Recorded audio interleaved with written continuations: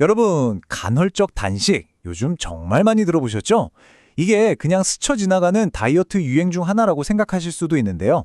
사실 이건 우리 몸이 작동하는 방식과 아주 깊이 관련이 있는 일종의 생활 패턴에 훨씬 가깝습니다. 오늘 그 원리부터 놀라운 효과까지 한번 제대로 파헤쳐 보겠습니다. 자, 이 질문으로 한번 시작해 볼까요? 한번 생각해 보세요. 아침에 눈 뜨자마자 커피에 빵, 점심 먹고 나른하니까 또 간식, 저녁 먹고 나서 입이 심심해서 야식까지. 현대인의 삶이라는 게 우리 몸이 쉴 틈 없이 계속해서 뭔가를 소화시키도록 만들고 있잖아요. 혹시 우리가 진짜 필요한 것보다 너무 자주, 그리고 너무 많이 먹고 있는 건 아닐까요? 그래서 오늘 우리가 함께 살펴볼 이야기는 이렇습니다. 먼저 지금 우리가 겪는 칼로리 문제가 왜 생겼는지 짚어보고요. 그리고 아주 간단하게 시작해 볼 수 있는 단식 방법을 알아볼 겁니다. 그 다음엔 그 뒤에 숨어 있는 과학적인 원리와 단순히 살 빼는 것 이상의 놀라운 효과들. 마지막으로는 이걸 꾸준히 하기 힘든 현실적인 어려움까지 솔직하게 다뤄볼게요. 네, 문제가 바로 이거예요.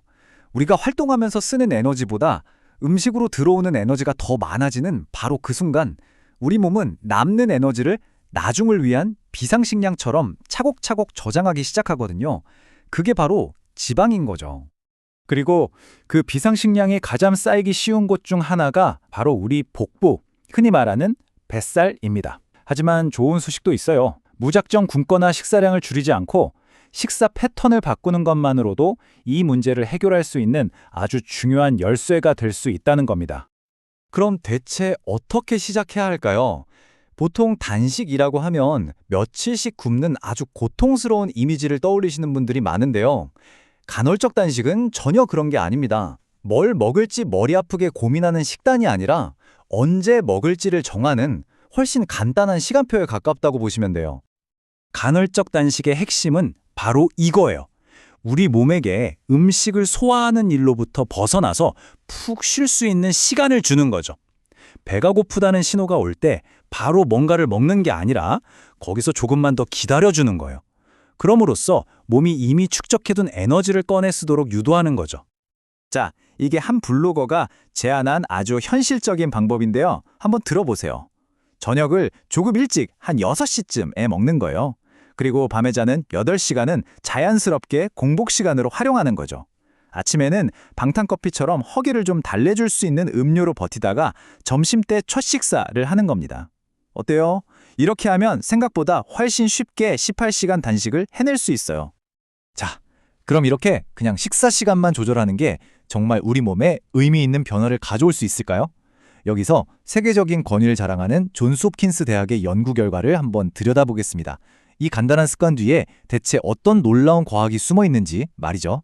존스 홉킨스의 이대의 마크 메슨 교수가 연구해서 두 가지 그룹을 실험했습니다.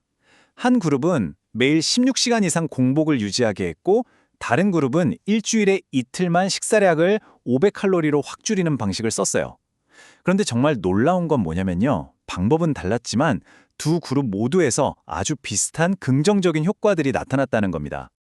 그 핵심 원리가 바로 대사전환이라는 건데요.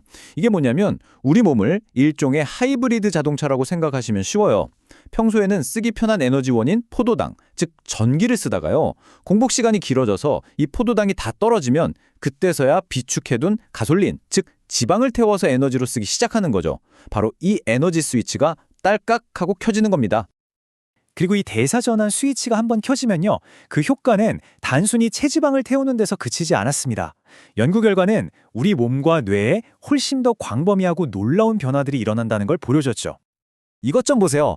단식을 실천한 사람들은 세포 차원에서 스트레스에 더 잘 견디게 됐고요.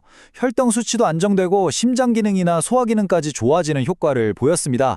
뭐랄까, 몸의 시스템 전체가 더 건강하고 효율적으로 바뀌는 거죠. 특히 정말 이상적인 결과는 뇌에서 나타났는데요. 노인 참가자들의 경우에 언어 기억력이 눈에 띄게 좋아졌다고 해요. 이게 뭘 의미하냐면요. 나이가 들면서 나타나는 인지기능 저하를 늦출 수도 있다는 가능성을 보여주는 아주 의미 있는 발견인 거죠. 보통 단식하면 근손실 걱정 많이 하시잖아요. 굶으면 근육 다 빠지는 거 아니야? 하고요. 그런데 웬걸 이 연구에서는 정반대의 결과가 나왔습니다. 젊은 남성 참가자들은 체지방은 줄어들면서도 근육량은 그대로이거나 오히려 늘어나는 정말 이상적인 신체 변화를 경험했습니다. 이 연구를 이끈 마크 메슨 교수가 딱 이렇게 정리합니다. 간헐적 단식은 소화 기능을 향상시키고 수명을 늘립니다. 이게 뭘 의미하겠어요? 단식이란 단순히 덜 먹는 행위를 넘어서 우리 몸의 기능을 개선하고 잠재적으로는 수명 연장까지 기대해 볼 수 있는 아주 강력한 건강 전략이라는 거죠. 자, 그런데 여기까지 들으면 와, 이거 당장 해야겠다 싶으시죠? 하지만 우리 솔직해지자고요. 몇십 년 동안 유지해온 하루 세끼 식습관을 하루아침에 바꾸는 거, 이거 결코 쉬운 일은 아닙니다. 결국 가장 중요한 질문은 이거 아니겠어요? 아무리 효과가 좋다고 해도 내가 매일 꾸준히 할 수 없다면 아무 소용이 없으니까요. 간헐적 단식을 처음 시작할 때 우리가 맞닥뜨리게 될 현실적인 어려움은 과연 뭘까요? 처음 며칠, 길게는 몇 주간은 당연히 배가 고프겠죠. 그리고 배가 고프니 좀 예민해지거나 짜증이 날 수도 있고요. 집중력이 좀 떨어지는 것 같은 느낌을 받을 수도 있습니다. 이건 우리 몸이 수십 년간 익숙했던 에너지 공급 방식에서 새로운 방식으로 적응해 나가는 과정에서 겪는 아주 자연스러운 반응이에요. 정말 다행인 건 메슨 교수 역시 이 불편함이 영원하지 않다고 딱 잘라 말한다는 점입니다. 우리 몸과 뇌가 이 새로운 리듬에 완전히 적응하고 나면 보통 2주에서 한 달 안에 이런 부정적인 느낌은 싹 사라진다고 해요. 그리고 오히려 몸이 가벼워지고 정신이 맑아지는 걸 느끼게 된다고 합니다. 오늘 이야기, 이 질문을 던지면서 마무리해볼까 합니다. 어쩌면 건강하고 긴 삶의 비밀은 무엇을 얼마나 적게 먹느냐의 문제를 넘어서 우리 몸에게 소화와 축적이 아닌 재정비와 회복을 할 충분한 휴식 시간을 주는 것, 즉 얼마나 드물게 먹느냐는 식사의 빈도에 달려 있는 건 아닐까요? 우리 모두 한 번쯤 깊이 생각해 볼 만한 문제입니다.